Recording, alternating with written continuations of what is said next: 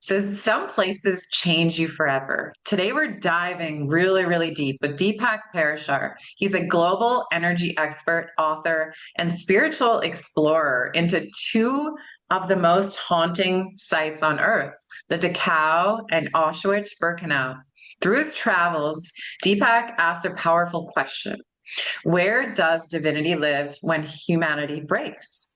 So, in this conversation, he shares his experience at these sacred places, why they're sacred, what these painful spaces has taught him about energy, leadership, and the unshakable human spirit. So, Deepak, welcome back. It's such an honor to explore this journey with you. What a journey that must have been. How's it going? Very good, Lisa. First of all, namaste to you and a big, big namaste to all our friends out there. I'm doing very well, thank you. And it's very good to be back with the advisor and particularly with you, Lisa. As mentioned, as you said, today we're going to discuss my visits into two concentration camp memorial sites, which is Dachau, which is about 20 kilometers outside of Munich, and Auschwitz-Birkenau near Krakow, Poland, with the question in my mind being that where was the divinity herein? Because you see, Lisa, we seek divinity in temples, churches, spiritual establishments. We go to mountaintops, we go to seaside resorts, we conjugate with nature. What about concentration camps? And I simply had to go and investigate. But before I say anything more, I first of all want to offer my apologies to anyone up front in the event that I happen to offend them, because these are obviously very sensitive topics. But given my larger research, and I'll explain the genesis of how I got to the camps in about 30 seconds, that I just had to go through it. So the first question was, why did I go to the camps? Now, Yeah, uh, what inspired you to visit these memorials? yeah, so during in my career, building or leading power plant installations at multiple points of the globe, as you know, I happened to run into His Holiness the Dalai Lama of Tibet on a flight to Tokyo back in 2009, and then coupled with a couple of ancillary events that took place within the same time period, this launched my journey of research as an engineer. I'm an engineer MBA, UK trained, but it commenced my journey of research experientially analyzing divinity. And ultimately, this journey took 14 years, cumulatively touching 38 countries. And I came to write the book I would say, as a very reluctant or a shy author. But the book is called Life, the Spiritual Essence, and it is designed specifically for the tier one global professional on how to strive to be the best in all of their endeavors, particularly in the face of extreme odds, in the global workplace today. So, in particular, as part of this research on divinity, I'd spent a lot of time examining leaders and leadership. And over the 14 years, Lisa, I ended up working with over 100 thought leaders from myriad professions. But but why leadership? Because leadership in itself is a subtle form of divinity that translates into material change and benefits for millions, depending upon which level that you're working from. Yeah.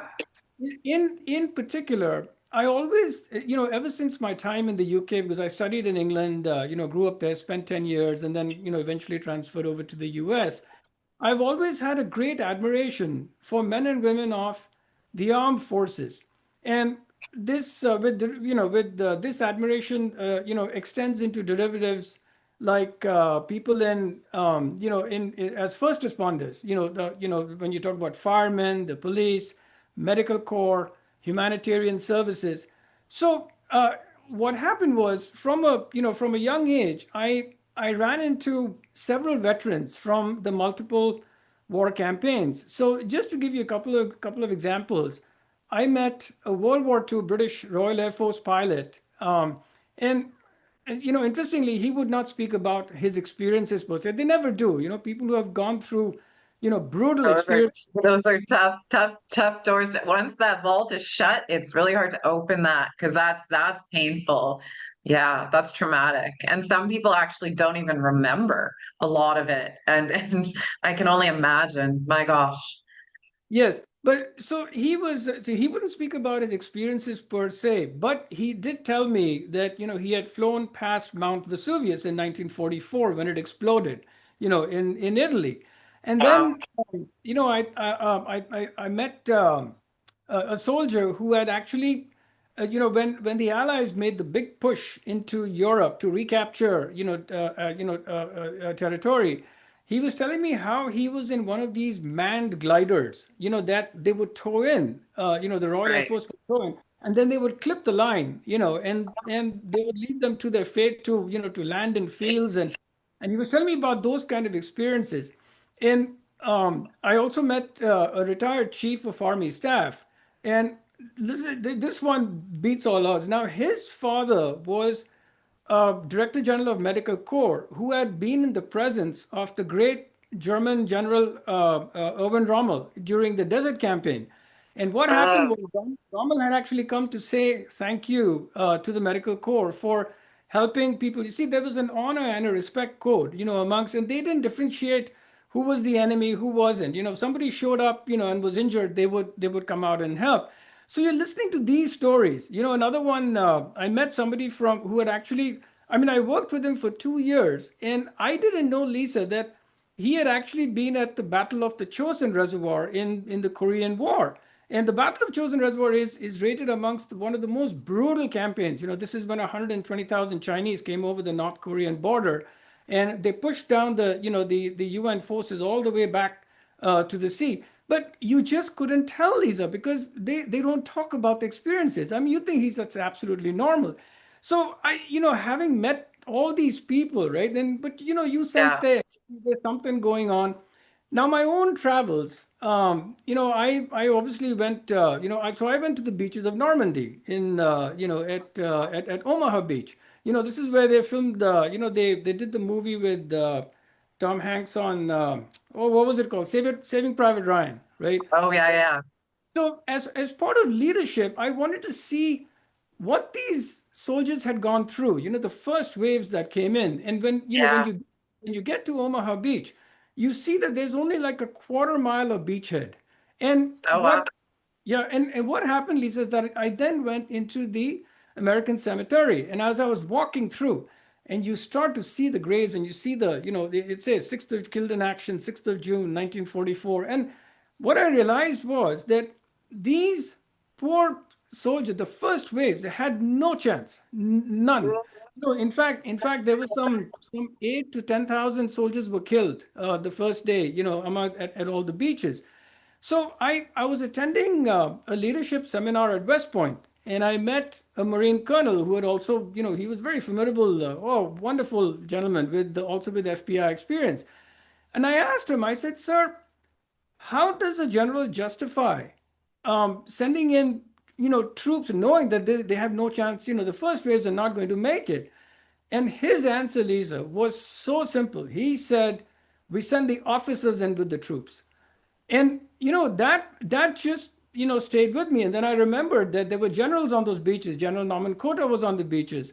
The first president, Teddy Roosevelt, his son, well, also a general, was also on these beaches. So, these were men and So they women sent who, the leaders essentially. yes, yes, Wow. oh, they I didn't these. know that. I, as just a common folk with not a lot of knowledge, and that would have assumed that it would have been the weakest. But the fact that it was the strongest, that's powerful. Oh, I mean, these men and women led from the front. So, I must tell you, I went up into Eagle's Nest. So, this was Hitler's mountain resort in the Bavarian Alps. And Hitler himself, allegedly he was afraid of heights. So, he didn't spend too much time up there. But they did treat a lot of the visiting dignitaries, and they had, some meetings. And Lisa, this is when you experientially analyze or understand the yin and yang of life, that we talk Uh, about. Because in my travels into 45, 50 countries, I I rate the sight from Eagle's Nest as one of the top three panoramas I've seen in my life. I mean, absolutely stunning views of the mountains and stuff. And yet these buggers were up here doing all the Yeah. planning for the Holocaust, to kill people. So I sorry for the for the long-winded explanation, but the point being that as a history buff, inevitably, since energy creates energy, once I commenced my this stumbling journey of research, it was only a question of time before I was going to stumble into the concentration camps. And what happened was, I was on a trip to the Far East, and I stopped over in Munich for the night. I had to stay over there for one night before coming back to the U.S.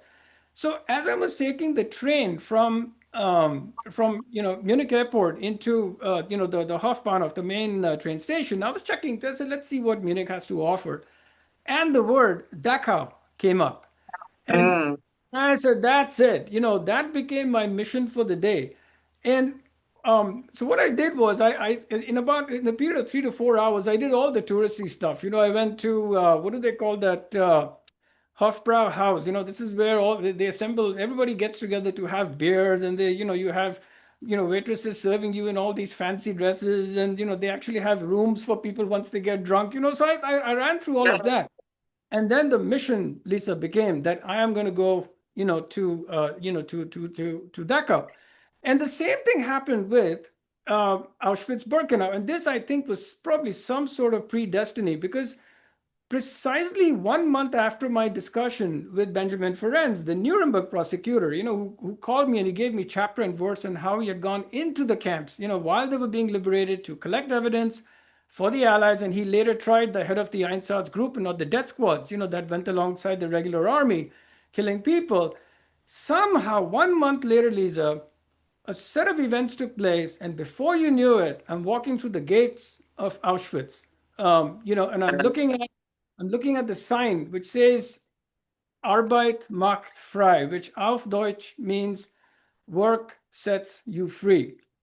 And so this is how I made it, into the two camps. Now, I'll give you a little bit about the history of the camps, how they operated. So First, I want to know, what did it feel like even to stand in those places, knowing what had happened there, and what did the energy feel like in that space? Because I know you're super sensitive to energy. yeah, it was very very heavy energy, very, very dense, very dark, very dreary. And it's a great question, Lisa, because at one point, particularly when I went to Auschwitz, Birkenau, I was actually able to almost sort of detach from myself, because what was happening was that, as we were going through the tour, people were crying. It was, Yeah. it was so moving as you went from, from section to section. And, it typically takes about 4 to 5 hours to go through each one of these camps. So you're in, you better be there. Oh, But wow. That's an experience. Yeah. but somehow, Lisa, I was able to detach myself. It is almost like I could watch myself, going through the tour, and at the same time being able to see what everybody else was doing. In scriptures, they call it the productive potential. That when you are so situationally aware, or you are so totally focused, on something, you begin to reach into your higher self. And this is also the fundamental principle of excellence in action. So, Mm. and I think it helps a great deal also, that when you're in a very charged atmosphere, or in a very emotional situation, the ability to detach, and Yeah. this way you calm things down. You calm things down for yourself, you calm things down for others. But that's a great question. So, and I'll tell you a little bit more. So, coming back now, Dachau, which is in Munich, outside Munich, initially commenced as a labor camp for political prisoners. It was not a death camp. And Mm. it opened up in the 30s, but ultimately it became a very strategic training camp for the larger concentration, network of concentration camps, and which extended to about 1,100 concentration camps, across Germany and the captured Allied territories. Now, an estimated 41,500 people died at Dachau, but at Auschwitz-Birkenau, the number was 1.1 million. Oh, So, wow. I mean, and it And also the other point was that all of these World War II concentration camps were strategically located near transport depots to enable timely movement of prisoners and goods. Mm. So, and what I mean by that is that now you're talking mass elimination, and which began just after the Wannsee Conference in 1942, and this was led by the Reich Protector Reinhard Heydrich, who was the number three in Hitler's regime.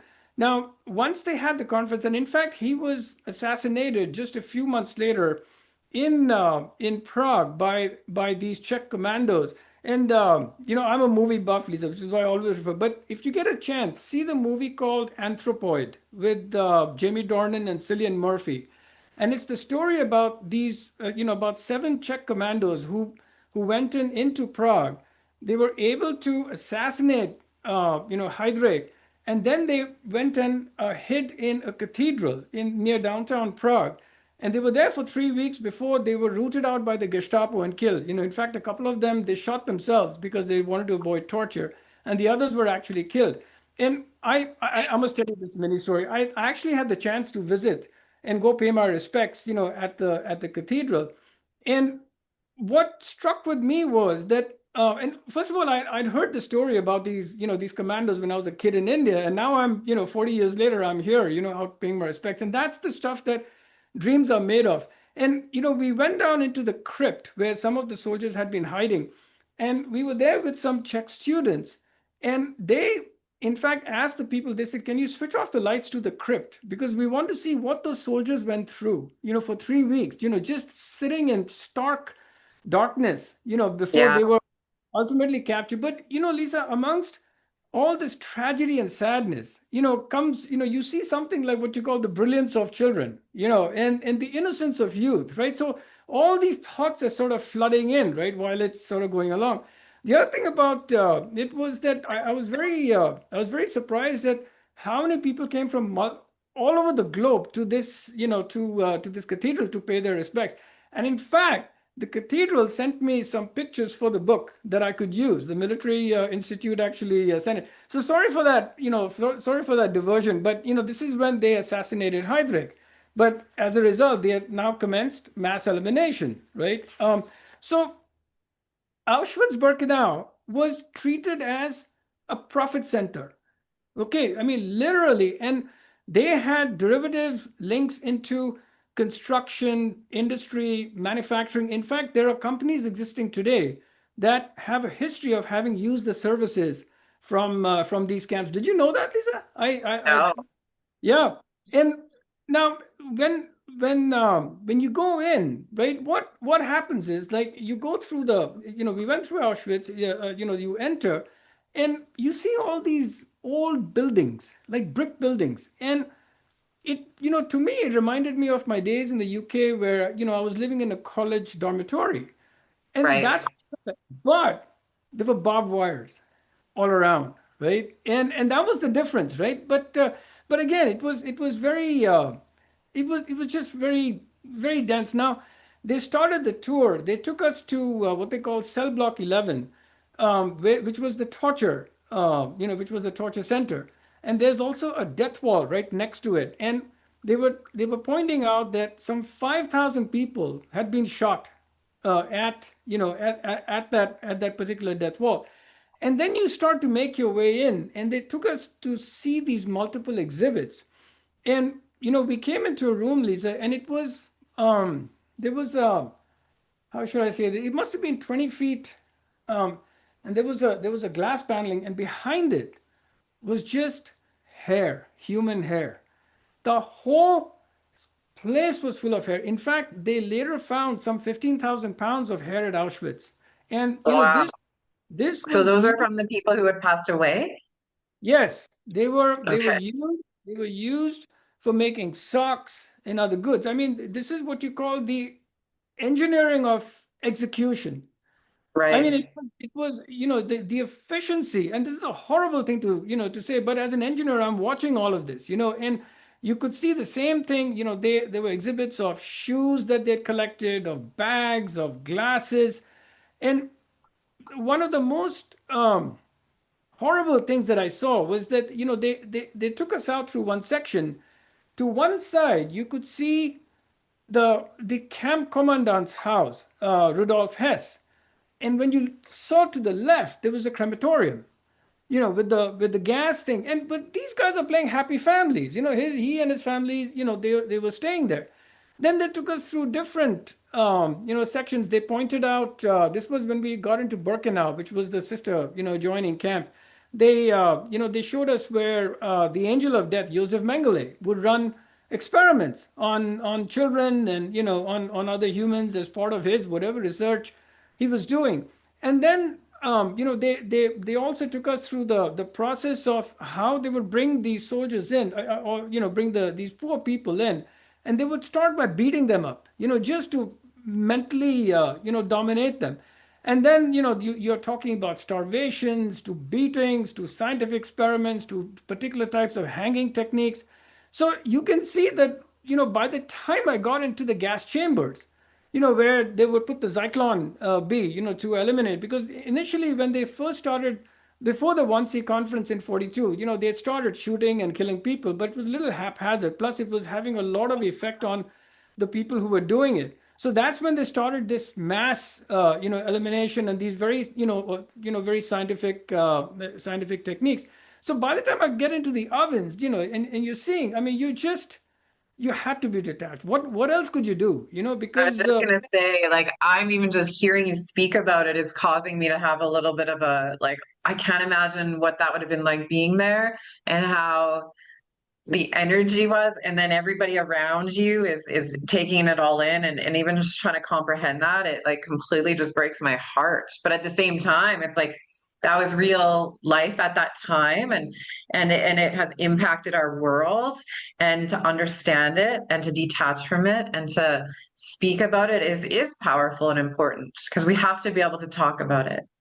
yeah, and the other thing, Lisa, is I've always in my research as an engineer, I always believe in living in the moment, where you're trying to absorb. And the thought struck me that not all of the the SS guards and the personnel were engaged in execution. There were also support staff, people in administration, people in finance, but these were business ventures, right? For mass Yeah. elimination.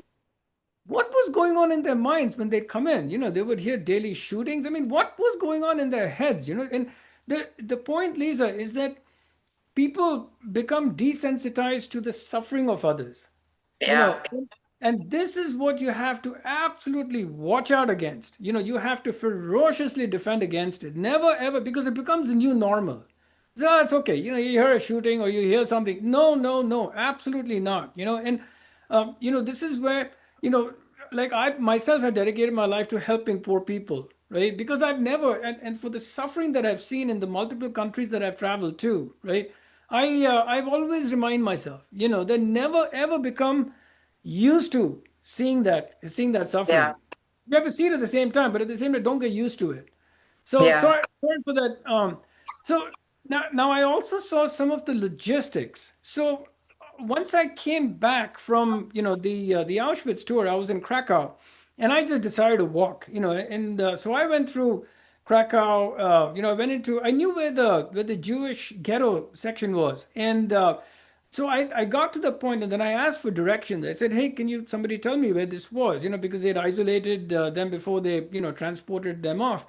And I stumbled, and I'm walking in the dark, and I stumbled into Heroes Square, right? And you could see all these chairs, and it was actually in their honor. This is where they would assimilate them and then ship them off, to concentration camps. And in fact, a lot of the people were actually shot in that square too. They just said, hey, they're of no particular use to us. And earlier in the day, at Birkenau, I stood at this long, platform, this rail spur where the train would come in, and one of the wagons was put out there. This is where they would cram them into, just cram people, and you're standing there, and you're just, you're and I later on, you see pictures of these people. They're being segregated. They moved out. Some were sent immediately to death. Others were segregated, for work. So having gone through all of this, Once I got back to the US, I naturally after because this has taken months of thought. Just to put some thoughts into the book, it took me literally 9 months, Lisa. It was so painful, to absorb. So when I got back, given the fact that I had a very strong support network of clergy, I had to ask the question, what is all this about? Where is the debate? How does this all work, right? Yeah, I was So just going to say, how do you make sense of the divinity in places that are literally built on laws like that? yeah, so I asked a Christian minister and a Swami, the same exact question because I wanted to see what their perspectives were. So the minister, he gave me two perspectives. He said that according to him, he said that some believed that God had set up this imperfect world, offered us redemption and everlasting life, but that we were always subject to the sins of the imperfect world, such as war and the Holocaust, man being evil in this case.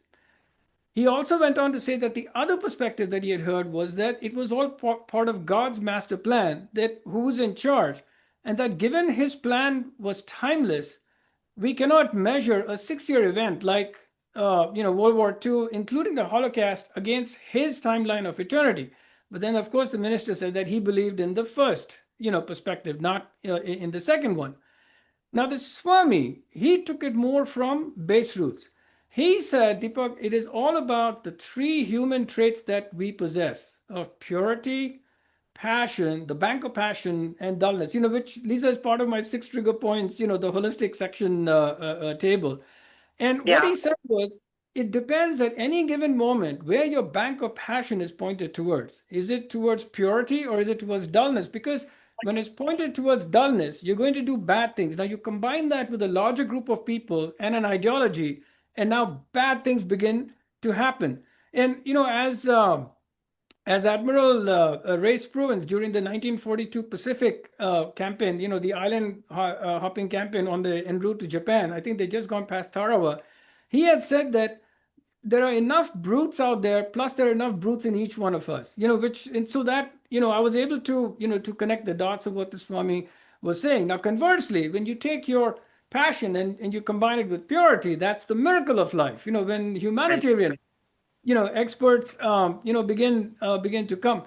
So the Swami said that we are obviously subject to the evils of others, but he said that at the same time, he said that between the captors and the captives, there is also interplay of karma and karmic rebalancing that's Wow. on. So, for example, like as history shows, that many of the captives, once they came up, they went on to forgive their captors. And in some way, the captives, transcended. And so they helped captors also to repent, right? Right. Yeah, And move on. that's beautiful.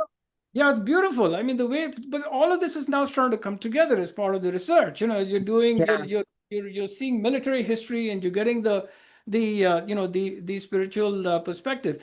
In fact, I came across a beautiful saying in the that in the ancient, this was in Hinduism, the ancient battle of Mahabharat, which was fundamentally a fight between the good and bad. Effectively, it is the daily fight between the good and evil in us, right? But it is it is personified in the Bhagavad Gita, which is one of the main scriptures.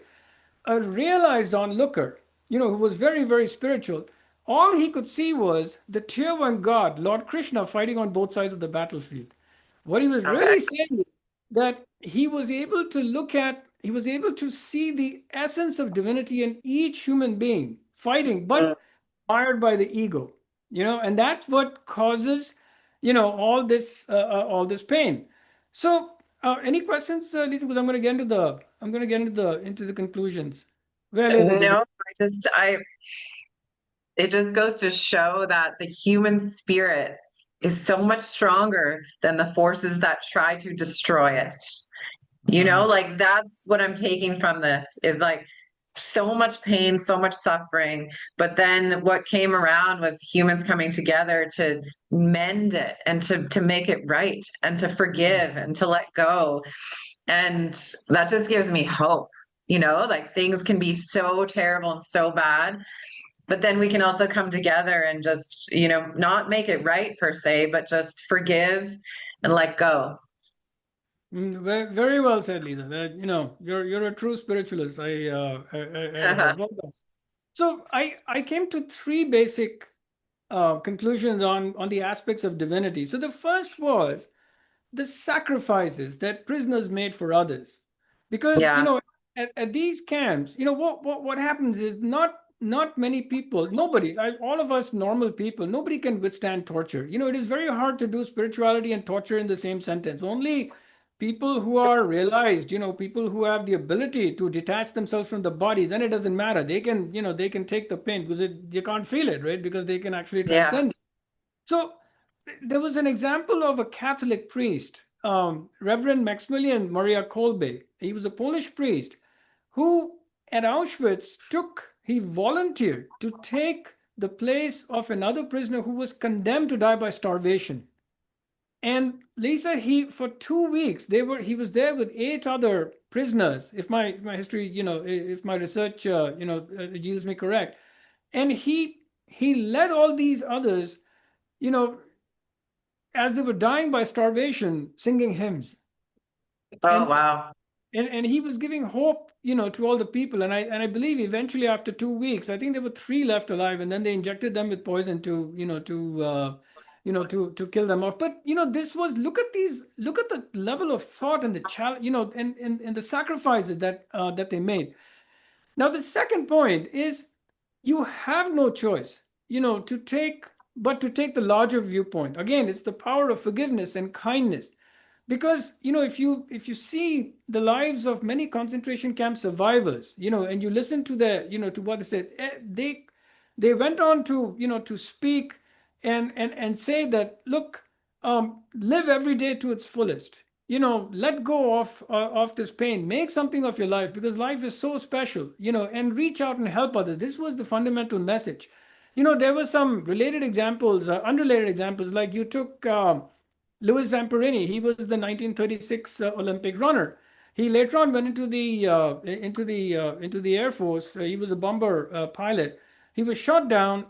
I think he spent 47 days at sea, and he was captured by the Japanese, and he was tortured for 2 years. This man later on became an evangelist, and he went back to Japan for some occasion. He wanted to meet all his captors, and he told them he forgave him. There was only one captor, the chief, who refused to meet him. But look at the power of thought, of such people. And the point is that whether you're Christian, whether you're Hindu, whatever, you may be a Buddhist, but notwithstanding beliefs, these men and women who went through extraordinary pain, they came to understand that the power of forgiveness transcends the yin and yang of life. Or rather, they were able to not only impact the relative balance of good and evil, not only at a micro level, but also at a macro level within the larger system of creation, sustenance, and dissolution of the universe. And that's what, it was so powerful. Now, the third point that really struck me, and I saw the same thing when I visited the place in Prague, the cathedral, is that our guide at Auschwitz told us that there were 2 million visitors every year who came to Mm, see what had happened, because the collective effort is to ensure that something like this never ever happens again in your life. But again, the point being, never become desensitized to the pain of others. And it takes a lot of courage to go and see these for yourself. To come away, it's one thing to read, Lisa, but it's another thing to experientially go, just to the extent that you can, right? Try and understand what our people who have worked so hard for us to lead good lives, what they have gone through. yeah, absolutely. So, what do you think these visits taught you about compassion and leadership in today's world? I mean, again, it all comes down. What I That's a great question. What I learned is that learn to try and see the positive of any situation. Mm, Again, it comes back to basics. Take your bank of passion in you and keep pointing it towards purity, because by your example, you can teach others. It helps you to take on adversity, right? Because when you are sincere as a person and you genuinely want to help people, Everybody instinctively understands whether they're doing right or wrong, whether to themselves or to somebody else. And when they see Yeah. somebody who sets an example for you, who's genuinely, people will come around. If not today, they'll come back later. But again, it's your own karmic growth, right? So you have to let go of these negative things. And if you can do that, just imagine how powerful it is that you set yourself up within what they call an ojas, or a radiant circle of light, and say that I'm just going to be like a beacon of light for others. See how powerful that is, and that's what a lot of these people went on to do. Wow. It's crazy how you turn suffering into, I don't know, what's the suffering into shining the light. I don't know what word I'm looking for here, but it really does. In all of my experience, it's the people who've been through the most suffering that are causing the most positive change in the world. It's like you have to feel the contrast of suffering and then joy and light and love in order to understand it and then embody that pure love and light, because you can't forgive and forget and honestly set yourself, you can't set yourself free unless you honestly forgive Mm. and let go. And if people who have been tortured and gone through things that are inhumane can do that, that tells me that anybody can do that. And so we all Yeah. have so much more power inside of us than we ever could imagine. And to be able to utilize that in a way to change the world is amazing. Yeah. I must tell you, because, after all of this, I also examined what you call the dharma, or the morality of war. How do you justify it? And I was at a gathering with a sage, and I asked him, I said, so what is the life purpose of an army man?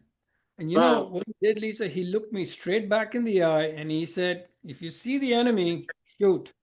And I could see the surprise in people, but what he was saying is that sometimes, to overcome evil, you have to rise above, and and this is where you put your life on the line for others, for a much larger cause, right? Again, you're out to impact the relative balance between goodness and evil in this world, and sometimes you have to take these hard decisions. Of course, the a lot of these people who in the armed services and other, they have gone through great torment, over what they've done, but that's all part of the karmic rebalancing process that goes on.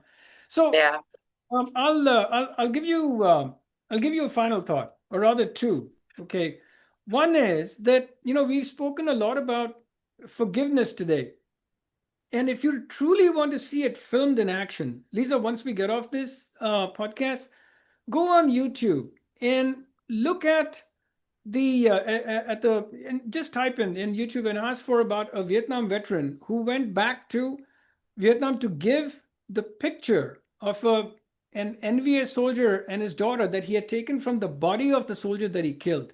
And many years later, he went back and he met the daughter. And I'm telling you, this is where you see, I cry every time I see it. And it is where these human beings were able to transcend awful politics of war, the horrible experiences that men had gone through, and they came to understand that the power of forgiveness again, transcends and is the way to go. And I came back, and I have a small shrine in my office of the brave departed souls that died at these concentration camps. It's a picture, and I've put a couple of other things in there. And Lisa, every single day, I remind myself of the sacrifices they made for us in the global community to make the best of our lives and to stop complaining about minimal stresses and strains. And I try my hardest to absorb every single day that the ancient teachings, that macro level judgment rendered, is ultimately impartial to escape the bondage of what we call cosmic delusion or confusion, with genuine repentance, purity, and forgiveness as the keywords to success. Mm. Yeah, that's beautiful.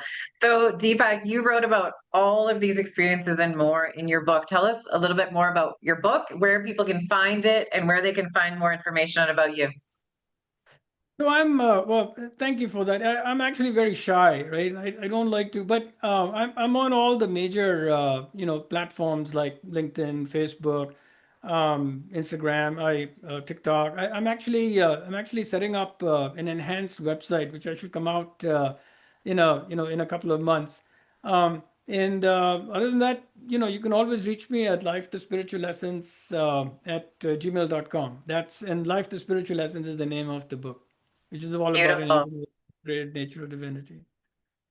I commend you for coming on the show and for talking about a topic that, a lot of people have a hard time speaking about. And I think, tackling those experiences head on, it says a lot about your character and a lot about what you want for the world. And by teaching other leaders to lead in that way, I see a lot of change happening in our world. So thank you so much for being here and for speaking about your experiences in such a powerful way. Yeah, do you have any final thoughts before we go? No, I think I've said enough, Lisa. But you summarized it very well, and thank you for being such a wonderful host. I really, really appreciate it. Namaste, namaste to all our friends. And once again, I apologize if I said anything out of line. I didn't mean to. Yes, to our audience, that was a topic that isn't easy to hear about, but it's important to know about.